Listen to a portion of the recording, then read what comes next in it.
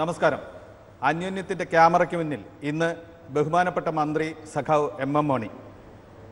നമസ്കാരം. ആശാൻ, ഒരു വിവാദത്തിൽ പെട്ടു നിൽക്കുന്ന ഒരു സമയത്താണ് നമ്മളിപ്പോൾ ഇരിക്കുന്നത്. ആശാൻ്റെ ഒരു പ്രസംഗം വിവാദമായി. പാർട്ടി അത് ചർച്ച ചെയ്ത് സംഘടനാപരമായ ഒരു നടപടിക്ക് സഖാവിനെ വിധേയനാക്കുകയും ചെയ്തു. പാർട്ടി എടുത്തൊരു സംഘടനാ നടപടിയെക്കുറിച്ച് എന്താണ് അഭിപ്രായമെന്ന് ഒരു കമ്മ്യൂണിസ്റ്റുകാരനോട് ചോദിക്കുന്നതിൽ അർത്ഥമില്ല. എങ്കിലും ഈ അച്ചടക്ക നടപടിയെ സഖാവ് എങ്ങനെ മനസ്സിലാക്കുന്നു? അത് ഒന്ന്, എൻ്റെ പ്രസംഗം ഒരു വിവാദമുണ്ടായി. ആ വിവാദം പാർട്ടിയുടെ യശസ്സിന് ദോഷം വന്നിട്ടുണ്ട്. അതുകൊണ്ട് ഞാൻ തിരുത്തലിന് വിധേയമാക്കണം എന്ന ഒരു മുന്നറിയിപ്പാണ് എന്നെ നടപടി സ്വീകരിച്ചത്. ഞാനത് ആ നിലയിൽ തന്നെ സ്വീകരിക്കുകയാണ്. ഇത് പറയുമ്പം ഞാൻ സ്ത്രീകളെ അപമാനിച്ചെന്നോ അങ്ങനൊന്നും പാർട്ടി വിലയിരുത്തിയിട്ടില്ല. എന്തായിരുന്നാലും എൻ്റെ ഒരു പ്രസംഗത്തെ തുടർന്നൊരു വിവാദം വന്നു, പത്രങ്ങളും എല്ലാ ചാനലുകളും. അത് യഥാർത്ഥത്തിൽ ബോധപൂർവം കെട്ടിച്ചമച്ചൊരു കഥയാണ്. പത്രങ്ങളുമെല്ലാം കണക്ക് കൂട്ടി എന്നെ തേജോവധം ചെയ്യാൻ വേണ്ടി കൊടുത്തിട്ടുണ്ട്. ആ കാര്യം അങ്ങനെ തന്നെയാണ് പാർട്ടി മനസ്സിലാക്കുന്നത്. അങ്ങനെ തന്നെയാണ് കാണുന്നത്. കഥ അങ്ങനെ സൃഷ്ടിച്ചതാണെന്നും എൻ്റെ പ്രസംഗം 17 മിനിറ്റും 21 സെക്കൻഡുമുള്ള പ്രസംഗത്തിൽ ശ്രീവിരുദ്ധമായി ഒന്നുമില്ലെന്നും കുറേയധികം വസ്തുതകൾ പറയുകയാണ് ചെയ്തത്. പക്ഷേ എന്തായിരുന്നാലും എൻ്റെ ആ ഒരു പ്രസംഗത്തെ തുടർന്ന് ഒരു വിവാദമുണ്ടായി. അത് പാർട്ടിക്ക് കുറച്ച് ബുദ്ധിമുട്ടുണ്ടായി. അതുകൊണ്ടാണ് പാർട്ടി എന്നെ ശിക്ഷിച്ചത്. അതേസമയം സ്ത്രീവിരുദ്ധമായി സ്ത്രീകളെ അപമാനിച്ചു എന്നോ ഒന്നും പാർട്ടി വിലയിരുത്തിയിട്ടില്ല. അതാണ് ഞാനത് സർവ്വതാ അംഗീകരിക്കുന്നു. എന്തുകൊണ്ടെന്നാൽ ശരിയായാലും തെറ്റായാലും എന്നെക്കൊണ്ടൊരു വിവാദം ഉണ്ടായല്ലോ. അതിന് പാർട്ടി എനിക്ക് തിരുത്തലിനൊരു അവസരം തന്നുകൊണ്ടാണ് ശിക്ഷിക്കുക. സാധാരണ പാർട്ടി ശിക്ഷിക്കുന്നത് അതിനാണ്, തിരുത്താനാണ്. ഞാൻ പറയാം, മാതാപിതാക്കൾ കുട്ടികളെ ശിക്ഷിക്കുന്നത് എങ്ങനെ? കുട്ടികൾ തെറ്റ് കാണിക്കുമ്പം അവർക്ക് തിരുത്തൽ വരുത്താൻ വേണ്ടിയാണ് ശാസിക്കുകയും ശിക്ഷിക്കുകയും ചെയ്യുക. കമ്മ്യൂണിസ്റ്റ് പാർട്ടി വളർത്തിക്കൊണ്ടുവരുന്ന നേതാക്കന്മാർ, വിവിധ തലങ്ങളിലുള്ളവർ പാർട്ടിയുടെ യശസ്സും അന്തസ്സും എല്ലാ തരത്തിലും പാലിക്കാൻ ബാധ്യതയുണ്ട്. അത് പാലിച്ചു പോയില്ലെങ്കിൽ ഇടയ്ക്ക് മാതാപിതാക്കൾ കുട്ടികളെ ശിക്ഷിക്കുന്നത് പോലെ പാർട്ടി ശിക്ഷിക്കും എന്നാണ് ഞാൻ കരുതുന്നത്. അതുകൊണ്ട് എനിക്ക് അത് സംബന്ധിച്ച് പൂർണ്ണമായ സംതൃപ്തിയാണ്. ഞാൻ ആ ശിക്ഷണ നടപടിയെല്ലാം സ്വീകരിക്കുന്നു എന്ന് പറയാൻ എനിക്കതിയായ സന്തോഷമുണ്ട്. ആശാൻ ഈ നടപടി വന്നതിന് ശേഷം ഇക്കാര്യം തന്നെ പറഞ്ഞിരുന്നു. അതോടൊപ്പം തന്നെ എൻ്റെ ശൈലി ഒരു നാടൻ ശൈലിയാണ്, അതിനി മാറുകയൊന്നുമില്ല, മാറ്റാൻ കഴിയില്ല എന്ന് പറഞ്ഞത്. ആ വാർത്ത പല റിപ്പോർട്ട് ചെയ്യപ്പെട്ടപ്പോൾ പൊതുവെ അതായിരുന്നു തലക്കെട്ട്. ശൈലി മാറ്റില്ലെന്ന് എം മണി എന്ന മട്ടിലാണ് ആ വാർത്ത. അതിനെക്കുറിച്ച് എന്തെങ്കിലും പറയുന്നുണ്ട്? എന്ത് തിരുത്തൽ നടപടിയാണ് താങ്കളുടെ പ്രസംഗത്തിലൊക്കെ വരുന്നത്? ഒന്ന്, ഈ ശൈലി എന്ന് പറഞ്ഞാൽ ഓരോരുത്തർക്കും ഓരോ ശൈലിയുണ്ട്. നമ്മുടെ പാർട്ടിയുടെ നേതാക്കന്മാർക്കും ഉണ്ട്, മറ്റു പാർട്ടിയുടെ നേതാക്കന്മാർക്കും അവർ നേരത്തെ മുതൽ പ്രവർത്തിച്ചു വന്നതിൻ്റെ ഒരു രീതിയും ശൈലിയുണ്ട്. ആ രീതിയും ശൈലി അങ്ങനെ അങ്ങോട്ട് മാറ്റിയെന്നാൽ പിന്നെ അവരല്ലാതാവും. എന്നെ സംബന്ധിച്ചിടത്തോളം ഞാൻ എൻ്റെ ശൈലിയും രീതിയും സമ്പ്രദായവും തുടരും എന്ന് പറഞ്ഞാൽ ഇക്കാലം എത്രയും കഴിഞ്ഞ 50-ലധികം വർഷമായി, 50-55 വർഷമായി അഭിയോക്ത പാർട്ടികളോടൊപ്പവും അതോടൊപ്പം CPIM-നോടൊപ്പവും നിന്ന് മുദ്രാവാക്യം വിളിക്കുകയും പൊരുതുകയും പോരാടുകയും സമരങ്ങളിൽ പങ്കെടുക്കുകയും പ്രസ്ഥാനം കെട്ടിപ്പടുക്കുകയൊക്കെ ചെയ്തത് ഈ ശൈലിയുടെ അടിസ്ഥാനത്തിലാണ്. ഈ ശൈലിയിൽ എന്നാൽ ആ ശൈലിയിൽ നമ്മൾ പ്രസംഗിക്കുമ്പം ഒന്ന്, ഞാനിപ്പം മന്ത്രിയാണ്. നേരത്തെ ജില്ലാ കമ്മിറ്റി സെക്രട്ടറിയായി നടന്നപ്പോൾ അന്ന് പ്രസംഗിക്കുന്ന അതേ രീതിയും ശൈലിയും മന്ത്രിയായപ്പോൾ കഴിയില്ല. അങ്ങനെ ചില പരിമിതിയുണ്ട്. ആ പരിമിതി ഞാൻ ഉൾക്കൊള്ളും എന്ന് തന്നെയാണ് എൻ്റെ അഭിപ്രായം. ആ പരിമിതി ഉൾക്കൊണ്ട് മാറ്റങ്ങൾ വരുത്തുന്നു. എൻ്റെ ബാക്കി ശൈലി തുടരുക തന്നെ ചെയ്യും. അത് മാറ്റിയാൽ ഞാനല്ലാതാകും. അതാണ്. എനിക്ക് എൻ്റേതായ രീതിയുണ്ട്. കാരണം ഞാൻ വെറും സാധാരണക്കാരനിൽ നിന്ന് ജനിച്ച് ഒരു ദരിദ്ര കുടുംബത്തിൽ ജനിച്ച് അങ്ങനെ ഒരു പശ്ചാത്തലത്തിൽ വളർന്നു വന്ന് ചെറിയ വിദ്യാഭ്യാസം മാത്രമുള്ള ഞാൻ പിന്നെ ഇത്രയും നിലയിലെത്തിയത് വായനയും പഠനവും പാർട്ടി നടത്തിയ പരിശീലനവും പാർട്ടി നൽകിയ പരിശീലനവും കണ്ടും കേട്ടും നാനാതരത്തിലാണ് പഠനം. വായനയും പഠനവും തന്നെയല്ല, അതുപോലെ പ്രവർത്തനവും കണ്ടും കേട്ടും പഠനമുണ്ട്. നാനാതരത്തിലുള്ള പഠനത്തിൽ നിന്നാണ് ഞാൻ എന്ന് പറയുന്ന രാഷ്ട്രീയക്കാരൻ ഇന്നത്തെ നിലയിൽ രൂപപ്പെട്ടു വന്നിരിക്കുന്നത്. അതുകൊണ്ട് എനിക്ക് എൻ്റേതായ രീതിയും ശൈലിയുണ്ട്. നാടൻ ഭാഷയാണ് ഞാൻ പ്രയോഗിക്കുന്നത്. നാടൻ ഭാഷ ദേശീയം എനിക്ക് ഭാഷ പ്രയോഗിക്കാൻ എനിക്കറിഞ്ഞുകൂടാ. അപ്പം ഞാൻ എൻ്റെ നാടൻ ഭാഷയിലുള്ള പ്രസംഗവും രീതിയും ശൈലിയും തുടരും. പക്ഷേ അത് ഒരു കാരണവശാലും മന്ത്രി എന്ന നിലയിൽ ഈ പദവിക്ക് അനുയോജ്യമായി വേണം ഞാൻ നടത്താൻ എന്ന കാര്യം എനിക്ക് നല്ല ബോധ്യമാണ്. അത് ഒക്കെ പാർട്ടി ചർച്ച ചെയ്തതാണ്. അത് 100% ശരി തന്നെയാണ്. അപ്പം ഞാൻ ഇന്നത്തെ എൻ്റെ സാഹചര്യം, ഞാൻ വഹിക്കുന്ന സ്ഥാനവും കൂടെ പരിഗണിച്ചായിരിക്കും പ്രവർത്തിക്കുന്നത്. അല്ലാതെ എൻ്റെ ശൈലി മാറിയാൽ ഞാൻ പോയി എന്നല്ല. 21-ാം തീയതിയാണ് ആശാൻ ഈ പ്രസംഗം 22-ാം തീയതി 20 ഏക്കറിൽ നടത്തിയത്. അത് തങ്കപ്പൻ രക്തസാക്ഷി ദിനമായിരുന്നു. അതെ. ആ തങ്കപ്പൻ ആശാന്റെ ചേച്ചിയുടെ എൻ്റെ അളിയനാണ്, ഭർത്താവാണ്, ഭാര്യയുടെ ആങ്ങളെയാണ്. അതിൻ്റെ രക്തസാക്ഷി ദിനമാണ്. ആ ദിനാചരണത്തിൽ ദീർഘപ്രസംഗം ഞാൻ നടത്തി. ഇന്ന് ഗവൺമെൻറ് ചെയ്യുന്ന കാര്യങ്ങൾ, ആദ്യം മുഖ്യമന്ത്രി വഹിക്കുന്ന പങ്ക്, ദേശീയ രാഷ്ട്രീയം, BJPയുടെ ഗവൺമെൻറ് അവരോട് സ്വീകരിക്കുന്ന നയപരിപാടികൾ, ഇതെല്ലാം തന്നെ നമ്മൾ പരാമർശിച്ചിട്ടുണ്ട്. ഇതിൻ്റെ ഭാഗമായിട്ട് ഇപ്പോൾ ഈ മൂന്നാർ ഒഴിപ്പിക്കലുമായി ബന്ധപ്പെട്ട് വന്ന വിഷയങ്ങൾ ഒക്കെ സംസാരിച്ചു. അതൊക്കെ സംസാരിച്ചിട്ടുണ്ട്. പണ്ട് പെൺപിള്ളെ ഒരുമയും സമരം നടന്നപ്പം അതിൽ മാധ്യമങ്ങളും പോലീസും വഹിച്ച പങ്കാണ് പറഞ്ഞത്. ഞാൻ ഏതെങ്കിലും ഒരു സ്ത്രീയുടെ പേര് പോലും പറഞ്ഞിട്ടില്ല. പ്രസംഗത്തിന്റെ ആ ഭാഗം മാധ്യമങ്ങൾക്കും ഇവിടെ ഉണ്ടായിരുന്ന ചില ഉദ്യോഗസ്ഥർക്കും എതിരാണ് എന്ന ആ ഒരു ഇതിൽ തന്നെയാണ് ആശാൻ ഇപ്പോഴും ഉറച്ചു നിൽക്കുന്നത്. അല്ലാതെ വേറെ ഒന്നും ഒരു സ്ത്രീക്കും എതിരെ ഞാനൊന്നും പറഞ്ഞില്ല. തന്നെയല്ല, ഞാൻ സ്ത്രീകളോട് ആദരവില്ലാതെ എനിക്ക് പോകാൻ പറ്റുമോ? ഈ പാർട്ടിക്കകത്ത് ലക്ഷക്കണക്കിന് ആളുകൾ സ്ത്രീകളുണ്ട്, എല്ലാ തലങ്ങളിലും ഉണ്ട്. എൻ്റെ സഹപ്രവർത്തകർ തന്നെ പലരും സ്ത്രീകളായ സഹാക്കളാണ്. അവരെല്ലാം ഉണ്ട്. എനിക്ക് തന്നെ 5 പെൺകുട്ടികളുണ്ട്. അവരിൽ തന്നെ 2 പേര് പാർട്ടി പ്രവർത്തകരാണ്. അപ്പോൾ ഞാൻ സ്ത്രീകളെ ആദരിക്കാതെ ബഹുമാനിക്കാതെ എനിക്ക് പോകാൻ പറ്റുമോ? അപ്പോൾ പിന്നെ ഏതായാലും ഇങ്ങനൊരു അവസരം കിട്ടിയപ്പോൾ അത് UDF-കാർ, കോൺഗ്രസ്സുകാരും UDF-ഉം BJPയും പാർട്ടിക്കെതിരെ ഏതെല്ലാം ശക്തിയുണ്ടോ അവരെല്ലാം അത് നല്ല ഭംഗിയായി ഉപയോഗിക്കുകയാണ് ചെയ്തിരിക്കുന്നത്. അതെ, സ്ത്രീകളെ അപമാനിച്ചു, സ്ത്രീത്വത്തോട് ബഹുമാനമില്ല എന്നെല്ലാം പറഞ്ഞ് ജനങ്ങളെ തെറ്റിദ്ധരിപ്പിക്കുക. മറ്റു ചില പ്രമുഖരായ വ്യക്തികൾ പ്രതികരിച്ചതും എന്താണ് ഞാനെന്നറിയാതെ, എന്താണ് ഞാൻ പറഞ്ഞതെന്ന് മനസ്സിലാക്കാതെ, കഥയറിയാതെ ആട്ടം കണ്ടവരും ഉണ്ട്.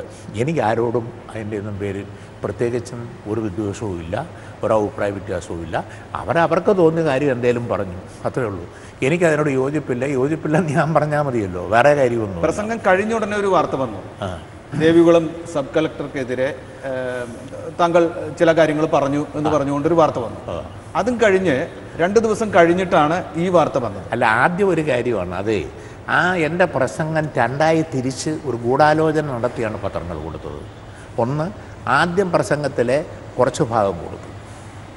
ഞാൻ ഈ പറഞ്ഞ ഭാഗം അതെ, സബ് കളക്ടറൊക്കെ പറഞ്ഞെന്നുള്ള കാര്യവും ഒക്കെ അടക്കം കുറച്ച് കൊടുത്തു.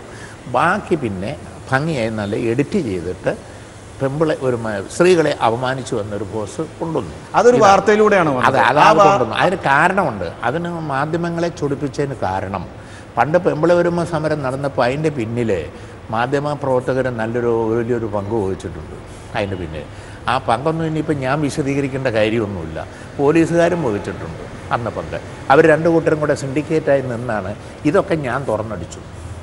അതിൻ്റെ ഒരു വിഷമം അവർക്കുണ്ട്. അതുകൊണ്ട് അവരിതെല്ലാം കൂടെ കൂട്ടി കൊണ്ടുവന്നിട്ടുണ്ട്. അതുകൊണ്ട് അവരിപ്പോൾ എന്നാ പറഞ്ഞെന്ന് പറഞ്ഞാലും ഞാനതൊന്നും പറഞ്ഞിട്ടില്ല. അവരുദ്ദേശിച്ചതിലൊന്നും ഞാൻ പറഞ്ഞിട്ടില്ല. എനിക്ക് ആ കാര്യത്തിൽ ആദരവ് സ്ത്രീകളോട്, സാഹിത്യകാരന്മാരോട്, സുഗതകുമാരി ടീച്ചറിനോട്, രാജ്യത്തുള്ള കലാകാരന്മാരോട്, സാഹിത്യകാരന്മാരോട് എല്ലാവരോടും ആദരവും ബഹുമാനവും ഉള്ളതാണ്. ഞാൻ കലയെ സ്നേഹിക്കുന്ന ഒരാളാണ്. കലയും സാഹിത്യവും ഇതിനോടൊക്കെ യോജിപ്പുള്ള ഒരാൾ തന്നെയാണ്.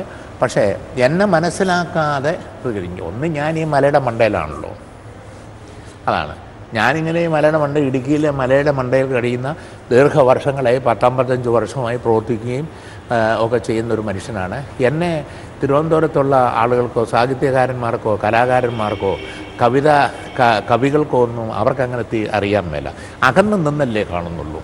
ഒന്ന്, ആളടുത്ത് നോക്കണം, പൊന്നൊരച്ച് നോക്കണമെന്നാണ് കാരണവന്മാർ പറയുന്നത്. ആളെ അടുത്തറിഞ്ഞാലേ കാര്യം മനസ്സിലാവുള്ളൂ. അകലെ നിന്ന് കണ്ട ഒരു സാമാന്യ ഒരു ചെറിയ രൂപം കിട്ടും, അത്രയേ ഉള്ളൂ. ആളെങ്ങനെ എന്നറിയണേ, അടുത്തിടപെട്ട് മനസ്സിലാവും. പൊന്നെന്ന് പറഞ്ഞാൽ ഉരച്ചു നോക്കിയാലേ അതിൻ്റെ മാറ്റ് ശരിയാവുള്ളൂ. ആളിനെയും അടുത്ത് ഇടപെട്ടാലേ കാര്യം മനസ്സിലാവും. അതൊന്നും അറിയാതെ എന്നെ മനസ്സിലാക്കാതെ പ്രതികരിച്ചവരുമുണ്ട്. എനിക്ക് ആരോടും ഒരു പരാതിയില്ല, വിഷമവുമില്ല. ഒരു കാര്യം പറയാം, ഇവർ കോൺഗ്രസിൻ്റെ രമേശ് ചെന്നിത്തല, പിന്നെ ഉമ്മൻചാണ്ടി, തിരുവഞ്ചൂർ രാധാകൃഷ്ണൻ, ഇവരെല്ലാം പറയുന്നുണ്ട് ഞാൻ സ്ത്രീ വിരുദ്ധനാണ്, മനസ്സിലായി, സ്ത്രീകളെ അപമാനിച്ചു, മാതൃത്വത്തെ അപമാനിച്ചു, ഉയ്യോ ഇതിപ്പരം വേറെ ഇനി വല്ലതും നടന്നോ എന്ന നിലയിലാണ് ഈ സ്നേഹിതന്മാർ വിശദീകരിക്കുക. യഥാർത്ഥത്തിൽ ഇതൊന്നും വിശദീകരിക്കാനുള്ള യാതൊരുവിധ യോഗ്യതയും ഈ പറയുന്ന ആളുകൾക്കില്ല. എന്തുകൊണ്ടെന്നാൽ കഴിഞ്ഞ അരനൂറ്റാണ്ടോ അതിലിപ്പുറമുള്ള കാര്യം പരിശോധിച്ചാൽ ഈ രാജ്യത്തെ കമ്മ്യൂണിസ്റ്റുകാരൻ ഏതെങ്കിലും സ്ത്രീയെ പീഡിപ്പിച്ചു എന്നുള്ളൊരു കഥയില്ല. പീഡിപ്പിച്ച് കൊന്ന് ചാക്കി കെട്ടി എന്നുള്ളൊരു സ്ഥിതിയില്ല. സ്ത്രീയെ 1, 2, 3, 4 കെട്ടി അവസാനം കെട്ടിയതിനെയും കൊന്നിട്ട് ഇനി അടുത്ത കെട്ടിനെപ്പറ്റി ചിന്തിച്ച ഒരു കമ്മ്യൂണിസ്റ്റുകാരനും ഈ കേരളത്തിൽ ഇല്ല. ഞാൻ ഒരു കെട്ടേ കെട്ടിയിട്ടുള്ളൂ. എനിക്ക് 5 പിള്ളേരുണ്ട്. 5 കുട്ടികളെയും മാന്യമായി കല്യാണം കഴിച്ച് അയച്ചിട്ടുണ്ട്. എൻ്റെ അടുത്ത് വരുന്ന ഏത് കുട്ടികളോടും, പെൺകുട്ടികളോടാണേലും മുതിർന്ന സ്ത്രീകളോടാണേലും ഏറ്റവും മാന്യമായ പെരുമാറ്റം പെരുമാറുന്നതാണ്. ഒരിക്കലും അവരെന്നെ എൻ്റെ പെരുമാറ്റം കൊണ്ട് തന്നെ എന്നെ മറക്കരുതെന്ന് എനിക്ക് നല്ല ഉറപ്പാണ്. അതേസമയം ഈ പറയുന്ന മാന്യന്മാർ എന്താ ചെയ്തേ? നിലമ്പൂരെ രാധ കോൺഗ്രസിൻ്റെ ഓഫീസിലാണ്, മനസ്സിലായില്ലേ? കോൺഗ്രസ് നേതാക്കന്മാരെല്ലാവരും കൂടെ കൂടി ബലാത്സംഗം ചെയ്ത ആ സ്ത്രീയെ കൊന്നിട്ട് അവരുടെ ശരീരഭാഗങ്ങൾ വികൃതപ്പെടുത്തി ചാക്കിക്കെട്ടി അവിടെ കുളത്തിൽ കൊണ്ടിട്ടു, മനസ്സിലായില്ലേ? ഞാൻ ചോദിക്കട്ടെ, ഈ ലതിക സുഭാഷ് അടക്കം ഈ വനിതാ കോൺഗ്രസ് നേതാക്കന്മാർ സ്ത്രീകളാണ് മിണ്ടണ്ടേ? ശബ്ദിച്ചിട്ടുണ്ട് ഇവർ? ഏത് കോൺഗ്രസ്സുകാരൻ ഈ സ്ത്രീയെപ്പറ്റി പ്രതികരിച്ചു? ആര്യാടൻ മുഹമ്മദ് പുള്ളിക്ക് താല്പര്യമുള്ളവരെയൊക്കെ കേസിൽ നിന്ന് ഒഴിവാക്കിയെടുത്തതായാലും പുള്ളി അവിടെ നിന്ന് ഒഴിവാക്കിയെടുത്തു. അതാരാണെന്നൊന്നും ഇനിയിപ്പോൾ ഞാൻ പറയുന്നില്ല. താല്പര്യമുള്ളവർ കേസ് 2 പേരെ ശിക്ഷിച്ചിട്ടുണ്ട്. അതാണ് ആ ഒരു സംഭവം. അങ്ങനെ ഇതൊക്കെ വന്നിട്ട് എന്തെങ്കിലും പ്രതികരിച്ചോ ഇവർ? ഇല്ല. അതുപോട്ടെ, അതൊന്ന്. 2, സൂര്യനെല്ലിയിലെ പെണ്ണ് മുഴുവൻ കോൺഗ്രസ് നേതാക്കന്മാരായിരുന്നു അതിനകത്ത്, കോൺഗ്രസ്സുകാർ പ്രതികൾ, മനസ്സിലായില്ലേ? ആ കേസുണ്ടായി. ആ കുടുംബത്തെ സംരക്ഷിച്ചത് എൻ്റെ പാർട്ടിയാണ്. ഞാൻ അന്നും ജില്ലാ സെക്രട്ടറിയാണ്. എൻ്റെ പാർട്ടിയാണ്. നമ്മുടെ പാർട്ടിയുടെ സംസ്ഥാന നേതാക്കന്മാർ, മഹിളാ നേതാക്കന്മാർ എല്ലാം വന്ന ആ പ്രശ്നം വലിയ തോതിൽ, സുശീല ഗോപാലൻ, അതുപോലെ തന്നെ ജോസഫൈൻ, ഇവരെല്ലാം വന്ന ആ പ്രശ്നം വലിയ തോതിൽ ഉയർത്തിക്കൊണ്ടുവരാൻ നോക്കി, മനസ്സിലായില്ലേ? അന്ന് നായനാരുടെ ഗവൺമെൻറ്റാണ്. സ്പെഷ്യൽ കോടതി വെച്ചു, സ്പെഷ്യൽ ടീമിനെ വെച്ചു, അന്വേഷിപ്പിച്ചു, ശിക്ഷിച്ചു. അതിനെല്ലാം പണം മുടക്കിയതും എല്ലാം ഗവൺമെൻറ്റാണ്. പാർട്ടിക്കും വലിയ പണം മുടക്കുണ്ട് പാവപ്പെട്ട കുടുംബത്തെ സഹായിക്കാൻ. ശിക്ഷിച്ച് കഴിഞ്ഞ് നായനാരെന്നെ വിളിച്ചു, മണി ആ പെൺകുട്ടിയുടെ ഒരു അപേക്ഷ എഴുതി കൊണ്ടുപോവാം, അതിനൊരു ജോലിയും കൂടെ നമുക്ക് കൊടുക്കാം. അതാണ് എൻ്റെ നേതാവ്. അന്ന് നായനാർ PV മെമ്പറാണ്, മുഖ്യമന്ത്രിയാണ്. അതുപോലെ അദ്ദേഹം പണി കൊടുത്തു. ഹൈക്കോടതിയിൽ ചെന്നപ്പോൾ ആ കേസ് പെൺകുട്ടിയുടെ സമ്മതത്തോടു കൂടിയാണ് എന്ന നിലയിൽ ഒരു കമൻറ്റോട് കൂടി ആ കേസ് വിട്ടുപോയി. അതിന് അപ്പീൽ കൊടുത്തു സുപ്രീം കോടതി. അപ്പീൽ കൊടുത്തപ്പോൾ ഈ കോൺഗ്രസ് നേതാക്കന്മാർ, ഗാന്ധി ഭക്തന്മാർ ഇപ്പോൾ ഗോതമ്പുണ്ട തിന്നുക, ജയിലിൽ കിടക്കുക, മനസ്സിലായില്ലേ? ജയിലിൽ കിടക്കുക. ഇന്ന് പ്രമുഖന്മാരായ സ്ഥാനം വഹിക്കുന്ന പലരും അന്ന് ഒഴിവായത് ചില ആളുകളുടെ മൊഴിയെ അടിസ്ഥാനപ്പെടുത്തി മാത്രം രക്ഷപ്പെട്ടതാണ്. അല്ലേ ഗോതമ്പുണ്ട തിന്നേണ്ടതാണ്. ഇപ്പം വലിയ സ്ഥാനത്തൊക്കെ ഇരിക്കുന്ന പലരും ഗോതമ്പുണ്ട നിന്ന് ജയിലിൽ പോകേണ്ടതാണ്. പക്ഷേ ആ പട്ടികയിലൊന്നും MM മണിയുടെ പാർട്ടി, CPIM-ൻ്റെ ആളുകൾ, ഇടതുപക്ഷത്തിൻ്റെ ആളുകൾ ആരും ഇത്തരം പട്ടികയിലൊന്നും ഇല്ല. ഉണ്ടോ? പറ. ഞാൻ പറയാം, ഉമ്മൻചാണ്ടി മുഖ്യമന്ത്രിയായിരുന്നപ്പം നടന്ന സംഭവം സോളാറുമായി ബന്ധപ്പെട്ട് അതിൽപ്പെട്ട സ്ത്രീകളുടെ വെളിപ്പെടുത്തൽ എന്തെല്ലാം സംഭവങ്ങളുണ്ടായി ഈ രാജ്യത്ത്. അതിലെല്ലാം യൂത്ത് കോൺഗ്രസും യൂത്ത് കോൺഗ്രസും എല്ലാം അവരുടേതായ പങ്കുവഹിച്ചില്ലേ? പങ്കുവഹിച്ചു. എന്തെല്ലാം വൃത്തികേടാണ് നടന്നത്. ക്ലിപ്പ് ഹൗസിലടക്കം, പിന്നെ മുഖ്യമന്ത്രിയുടെ ഓഫീസിലടക്കം ഉണ്ട്. ഇവിടെ വലിയ വാദം ഈയിടെ നിയമസഭയെ ബാധിച്ചൊരു മാന്യദേഹമുണ്ട്. തിരുവഞ്ചൂർ രാധാകൃഷ്ണൻ, പഴയ ആഭ്യന്തരമന്ത്രി. പുള്ളിയുടെ ഒരു കരിക്കുകൂടിയൊക്കെ പ്രസിദ്ധമല്ലായിരുന്നു ഈ രാജ്യത്ത്. അവിടെ പിന്നെ ചങ്ങനാശ്ശേരി പോയതും കരിക്ക് കുടിച്ചതും എല്ലാം വളരെ പ്രസിദ്ധമായിരുന്നല്ലോ. ഏറെ അന്ന് കേരളം ചർച്ച ചെയ്തതല്ലേ. ഞാൻ ചോദിക്കാം, അതിൽ പങ്കാളിയാകാത്ത കോൺഗ്രസ്, യൂത്ത് കോൺഗ്രസും മൂത്ത് കോൺഗ്രസ്സുകാരും ആരാ ഉള്ളത് അന്ന്? ഇല്ലേ? ചിലർക്ക് പറ്റിയില്ലല്ലോ കാര്യം എന്നുള്ള വിഷമമുണ്ട്. ഞാൻ പറയാം, ശശി തരൂർ, എന്താ ശശി തരൂരിനെ പറ്റി പറയാനുള്ളത്? ശശി തരൂരിൻ്റെ ഭാര്യ ഏറ്റവും അവസാനത്തെ ആ പാവ സ്ത്രീ എങ്ങനെ മരിച്ചു എന്നുള്ളത് ഇതേവരെ വ്യക്തമാണോ? ഇപ്പം തന്നെ ദുരൂഹമാണ്. അയാളെ സ്ഥാനാർത്ഥിയാക്കുന്നതിന് ഒരു ഉളുപ്പുമില്ലല്ലോ സോണിയാഗാന്ധിക്കും അടക്കമുള്ളവർക്ക്. അതുകൊണ്ട് കോൺഗ്രസിൻ്റെ ഇതപര്യന്തമുള്ള ചരിത്രം പരിശോധിച്ചാൽ പണ്ടത്തെ ആദ്യകാല നേതാക്കന്മാരടക്കം എന്നും സ്ത്രീത്വത്തെ ചവിട്ടിമെതിക്കപ്പെട്ടവരാണ്. അതുകൊണ്ട് വനിതകളുടെ, സ്ത്രീകളുടെ ആണത്വം, അന്തസ്സ് സംരക്ഷിക്കുക, സ്ത്രീത്വത്തെ അംഗീകരിക്കുക എന്ന് പറയുന്ന അത് ഒരു കടലും കടലാടിയും പോലുള്ള ബന്ധമേ ഉള്ളൂ കോൺഗ്രസും അതുവേ ഉള്ളൂ. യാതൊരുവിധ മാന്യതയും പാലിക്കാത്തവരും സാഹര വൃത്തികേടിൻ്റെ ആളുകളാണ് ഇവർ എന്ന് ഞാൻ പറഞ്ഞാൽ എന്നെ എന്തോ ചെയ്യാൻ പറ്റുമോ അവർക്ക്? ഞാനിത് ഉന്നയിക്കുക. നിങ്ങൾ ശരിയായി ഇത് കൊടുക്കണം. നിയമസഭയിലൊക്കെ പ്രസംഗം കേട്ട ഇത്രയും വലിയ യോഗ്യന്മാർ, തമാശല്ല, പരിതാപം തോന്നും. പരിതാപം അതാണ്. അതുകൊണ്ട് ഇതൊന്നും പറഞ്ഞ് എന്നെ പേടിപ്പിക്കാനൊന്നും നോക്കണ്ട. ഞാനൊന്നും പേടിക്കുകയില്ല. കാരണം ഞാൻ ത്യാഗങ്ങൾ സഹിച്ച് എന്നെ ഈ പാർട്ടി കൈപിടിച്ച് ഇത്ര ഉയർത്തിക്കൊണ്ടുവന്നതാണ്. ആ പാർട്ടിയോട് ഏതർത്ഥത്തിലും ഞാൻ ന്യായം പ്രതികരിക്കും. അതിൻ്റെ അന്തസ്സ് സംരക്ഷിക്കാൻ എന്ത് ചെയ്യണമോ അതെല്ലാം ഞാൻ ചെയ്യും. അതെൻ്റെ ബാധ്യതയും ചുമതലയാണ്. അത് വിട്ട് ഒരു കളിയും എന്നെ സംബന്ധിച്ചിടത്തോളം ഉണ്ടാവില്ല. ഈ പ്രസംഗം വിവാദമായി അത് വാർത്തയായതിന് സമാന്തരമായിട്ട് ഗോമതി, പഴയ പെമ്പിളയൊരുമൈ നേതാവ്, ഇവിടെ സമരം തുടങ്ങി. പിന്നീട് അവരപ്പോൾ പറഞ്ഞത് പാവപ്പെട്ട തോട്ടം തൊഴിലാളി സ്ത്രീകൾ, കൂലിക്ക് വേണ്ടിയും ബോണസിനും വേണ്ടിയും പണിമുടക്കിയ പാവപ്പെട്ട തോട്ടം തൊഴിലാളി സ്ത്രീകളെ വേശ്യകളോട് ഉപമിച്ചു താങ്കൾ എന്ന് പറഞ്ഞുകൊണ്ടായിരുന്നു സമരം. പിന്നീട് പറഞ്ഞു ആ വാക്ക് കേട്ടതാണ്, കേട്ടതാണ്, വാക്കില്ല എന്ന് പറഞ്ഞ് തർക്കമായപ്പോൾ അത് അവർ പിൻവലിക്കുന്നുണ്ട്. അവരോട് ഇപ്പൊ എന്ത് പറയാനുണ്ട്? അവർ സമരം തുടരുകയാണ്, താങ്കളുടെ രാജിയാണ് ആവശ്യപ്പെടുന്നത്. അതൊക്കെ ഒരു കാര്യം. താങ്കളല്ല, അവര് ജീവിതകാലം മുഴുവൻ സമരം ചെയ്താലും ഞാൻ രാജിവെക്കുക എന്ന പ്രശ്നമൊന്നുമില്ല. അത്രേ ഉള്ളൂ. തുടങ്ങിയെടുത്തുന്നത് അത് സ്പോൺസർ ചെയ്തതാ. അവർ തെറ്റിദ്ധരിക്കപ്പെട്ടവരാണോ? BJP ഉണ്ട്, കോൺഗ്രസ് ഉണ്ട്, പിന്നെ ആം ആദ്മിയോ ഇവിടെ ഇല്ലാത്ത സാധനമാണ് അത് ഉണ്ട്. നീലകണ്ഠനും ഒക്കെ ഉണ്ട്. നീലകണ്ഠനാണ് അന്തവും കുന്തവും ഇല്ലാതെ നടക്കുന്ന ഒരു മനുഷ്യനാണ്. അങ്ങനെപ്പറ്റി ഞാൻ കൂടുതലൊന്നും പറയുന്നില്ല. അവരുണ്ട് എല്ലാവരും. ഈ ഒരു സ്പോൺസർ ചെയ്ത സമരമാണ്. പിന്നെ ഒരു കാര്യമാണ്, ഈ ഉറങ്ങുന്നവനെ വിളിച്ചാൽ ഉണരും, ഉറക്കം നടിച്ചു കിടക്കുന്നവനെ വിളിച്ചാൽ ഉണരുകയില്ല. അവർക്ക് വേറെന്തെങ്കിലും നേട്ടങ്ങൾ കാണും ആ സമരത്തിലിരിക്കുന്ന സഹോദരിമാർക്ക്. അല്ല, തെറ്റിദ്ധരിപ്പിക്കപ്പെട്ടിരിക്കുകയാണ്. ഞാൻ ചോദിക്കട്ടെ, എൻ്റെ സംഘടനയ്ക്കകത്ത് ഈ ജില്ലയിലെ ലക്ഷക്കണക്കിന് സ്ത്രീകളുണ്ട്, അറിയോ, തോട്ടം തൊഴിലാളികൾ. അവരുടെ ത്യാഗത്തിന് വേണ്ടി, അവരുടെ അവകാശങ്ങൾക്ക് വേണ്ടി എണ്ണമറ്റ പോരാട്ടങ്ങൾ പാർട്ടി നടത്തിയിട്ടുണ്ട്. ട്രേഡ് യൂണിയൻ പ്രസ്ഥാനം അതിലെല്ലാം കഴിഞ്ഞ നൂറ്റാണ്ടിലധികമായി. അതിൽ പ്രത്യേകിച്ച് ഈ ഇടുക്കി ജില്ലയിലെ, അന്ന് കോട്ടയം ജില്ലയുടെ ഭാഗമായിരുന്നപ്പം മുതൽ വലിയ പങ്ക് ഞാൻ വഹിച്ചിട്ടുള്ളതാണ്. അത്തരം ഒരാക്ഷേപവും ഒരു സ്ത്രീയും എം മണിയെപ്പറ്റി ഒന്നും പറയത്തില്ല. അതിലുള്ള ആർജവമുണ്ട്, പൗരുഷമുണ്ട്, ആണത്തമുണ്ട്. എനിക്ക് അല്ല, തേച്ചും എനിക്ക് കതറും കൊണ്ട് നടന്ന് ഒരുമാതിരി ഈ പറച്ചിലിൽ വലിയ വാചകം പറയുക, ശ്രീത്വം എന്ന് പറയുകയും ശ്രീത്വത്തെ ചവിട്ടിമറിച്ചിട്ട് അതിൻ്റെ മണ്ടേ കയറി നൃത്തം ചെയ്യുന്ന കോൺഗ്രസ്സുകാരെ പോലല്ല, എം മണിയല്ല, എം മണിയുടെ പാർട്ടിക്കാരുമല്ല. അതുതന്നെ.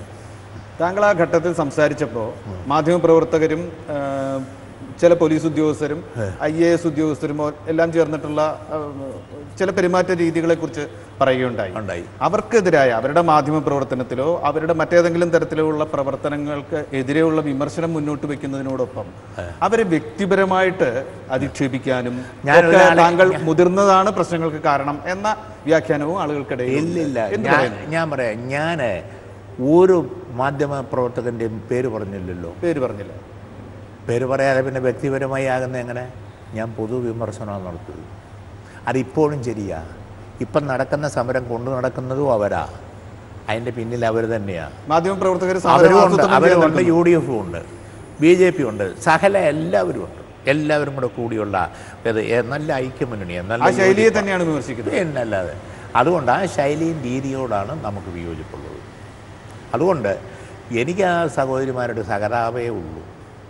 ഞാൻ അവിടെ ചെന്ന് ക്ഷമ പറയണമെന്നോ ഞാൻ അതൊക്കെ ഒരു ഘട്ടത്തിൽ ആവശ്യമായിരുന്നു. അത് അവർ ഒപ്പരം കണ്ട് അവിടെ ഇരുന്നാൽ മതി. ഞാൻ ചെന്നാലും ഇതൊന്നും പറയാല. ഞാൻ അവിടെ ചെന്നാൽ ആയിരക്കണക്കിന് ആളുകൾ കൂടും. ഇപ്പം ചെന്നാലും സഹോദരിമാർ ഒറ്റപ്പെട്ടു പോകത്തേ ഉള്ളൂ. ഉമ്മൻചാണ്ടി വന്നതുപോലെയോ രമേശ് ചെന്നിത്തല വന്ന പോലെയോ ഒന്നും അല്ല. എം എം മണി അവിടെ ഇപ്പം നാളെ ചെന്നാലും ആയിരക്കണക്കിന് ആൾ അവിടെ കൂടും. മണിയുടെ പാർട്ടിയുടെ സ്വാധീനം അതാണ്, എൻ്റെ പ്രസ്ഥാനം അതാണ്, ഞാനതിൻ്റെ ഭാഗമാണ്.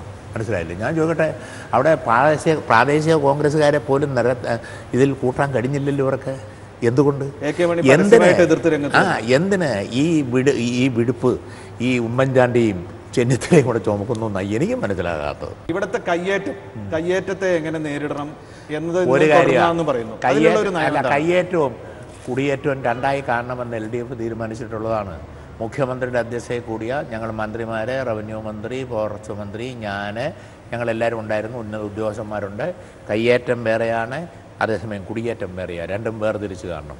കയ്യേറ്റം എന്ന് പറഞ്ഞാലും 1, 2, 5, 10 സെൻറ്റിൻ്റെ ആണെങ്കിൽ പോലും നമുക്ക് ആ കാര്യത്തിൽ സാവകാശം നിലപാടെടുക്കാം.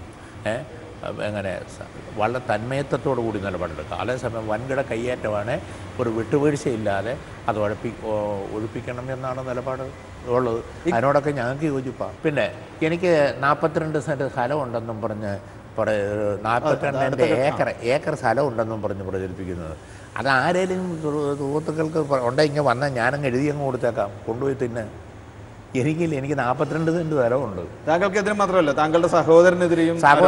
സഹോദരൻ അവൻ കൃഷിയും കച്ചവടവും ഏർപ്പാടും ഒക്കെയാണ്. അവന് ഭൂമിയുണ്ട്, തോട്ടമുണ്ട്, അതെല്ലാം ഉള്ള കൃഷിയുള്ളതാണ്. അതിൽ കയ്യേറ്റ ഭൂമികളുണ്ടെന്ന് കയ്യേറ്റ ഭൂമിയുണ്ട്, എടുത്തോട്ടെന്ന് എടുക്കുക. ചുമ്മാ ഗുണമെന്ന് വർത്തമാനം പറഞ്ഞിട്ട് കാര്യമില്ലല്ലോ. പ്രായോഗികമായ കാര്യങ്ങൾ ചെയ്യണം. ഇനി ഇടുക്കിക്ക് പ്രാധാന്യമുണ്ട്, കാലാവസ്ഥയ്ക്ക് പ്രത്യേകതയുണ്ട്. മൂന്നാർ എന്ന് പറയുമ്പം ഒരു ടൂറിസ്റ്റ് കേന്ദ്രമാണ്. അവിടെ സംരക്ഷിക്കപ്പെടണം, പ്രകൃതി സംരക്ഷിക്കപ്പെടണം. ആ കാഴ്ചപ്പാടിനോടൊക്കെ എനിക്ക് യോജിപ്പാണ്. അതിനാവശ്യമായ നിയമനിർമ്മാണം നടത്തണമെന്നാണ് ഗവൺമെൻറ് നിലപാട്.